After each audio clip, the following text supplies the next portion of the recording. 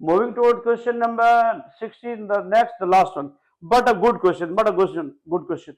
Two numbers P and Q are each greater than 0. Each greater than 0 means P and Q both are non-zero. P and Q are both non-zero. P does not equal to 0 as well as Q does not equal to 0. P and Q are two non-zero numbers, and the square of P is equal to the cube root of Q.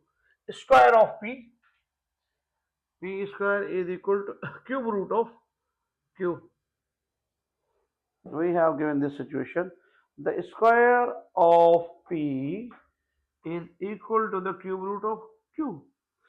Square of P is equal to cube root of Q. Cube root of Q. We have given this situation. Number one, it is the given part, if part. Then for what value of x? We are interested in the value of x. For what value of x? P raised 1 minus x is equal to the square root of q. Square root of q. For what value of x? P raised 1 minus x is equal to square root of q.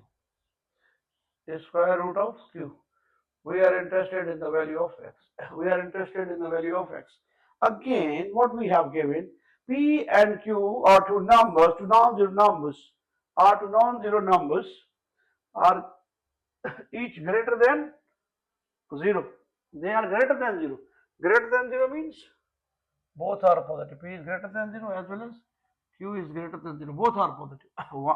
And number 1, square of P is equal to cube root of Q. Square of P is equal to cube root of Q. Furthermore, if P raised 1 minus x, is equal to square root of Q, then what should be the value of Q, value of x? What should be the value of x to be inserted here to get both sides equal? That's our key. That is our if part to be utilized to get here. It is our key. It is given to us. It's up to you. Shift each and everything. Solve for P or solve for Q. Solve for P or solve for Q. If you solve for Q, then you have no more fraction in the power. Solve for Q, in that case, we have P square is equal to Q raised 1 over 3.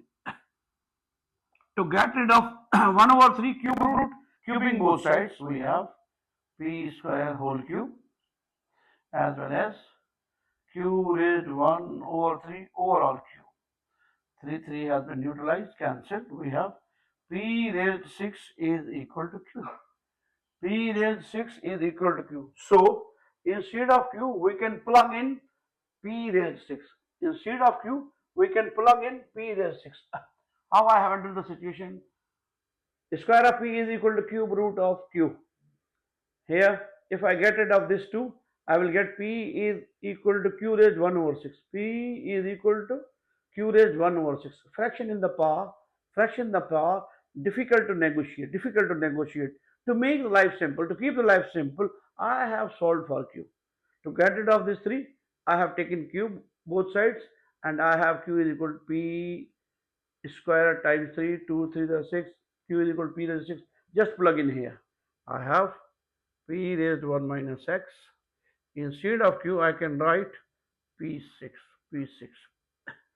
Square root means 1 over 2 power.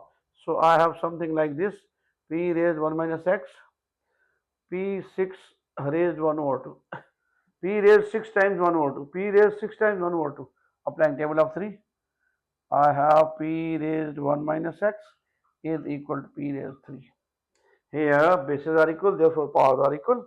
1 minus x is equal to 3. Solve for x. Shift x here, 3 here. I have 1 minus 3 is equal to x. So x is equal to minus 2. X is equal to minus 2. One can verify by putting minus 2 here, and we arrive at the same situation. Let's verify the condition. Let's verify the given condition. Rx is equal to minus 2. Rx is equal to minus 2. Let's see and find out. P raised 1 minus x means minus and we have solved for q. R q is equal to p raised 6. P raised 6 minus plus it's our p cube, and that is square root of p raised 6. P raised 6 overall raised 1 over 2.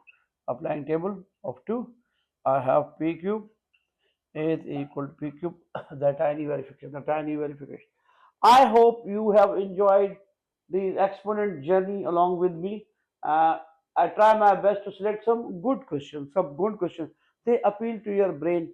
They at least give you a jolt of 10 volts, 20, and sometimes it's complete 220. It's all by itself next.